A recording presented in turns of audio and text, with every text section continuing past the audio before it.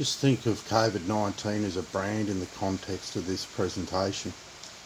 So, where I come from, we don't vacuum clean, we hoover. In America, they don't photocopy, they Xerox.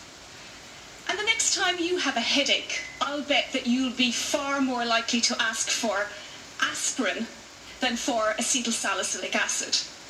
Some products are so successful that their brand name eventually becomes synonymous with the product. So this tells us something about the power of branding. And branding isn't just seen with consumer goods, it's also something that's made use of in the world of medicines. When a new medicine is approved, as I'm sure plenty of people in this room know, the brand name version is the only one that's on the market for very many years. Eventually, patents expire and the drug becomes open to generic competition. But when this happens, does the brand name still influence the medicines that we take?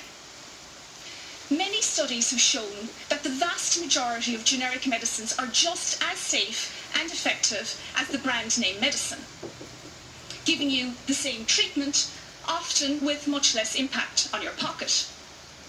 But other research, my own included, has shown that consumers are sometimes sceptical about use of generics, with substantial numbers saying that, if they're given a choice, they would prefer to take the branded medication rather than a generic equivalent.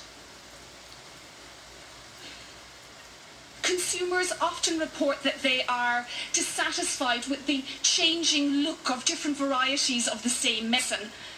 And some consumers even say that, well, if something is cheaper, then it must not work quite as well. What I think is particularly interesting is that some research into generics makes reference to what's called the nocebo effect, which is the opposite of the placebo effect.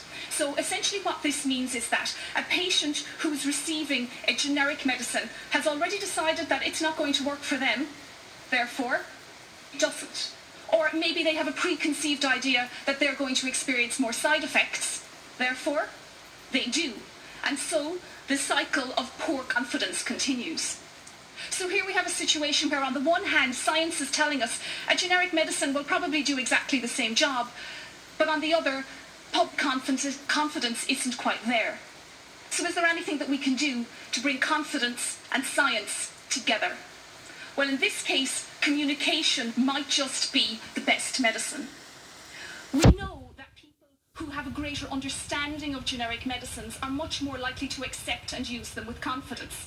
And so, because we understand that people who have used a medicine in the past are more likely to use again in the future, the question we have to ask ourselves is, should we allow brand loyalty to influence the medicines that we take? So if you'll indulge me for one more second before I get booted off the stage, what I will leave you with is, to paraphrase the bard, what's in a name? A medicine that we call by a brand name, by generic equivalent, might cure us just as well.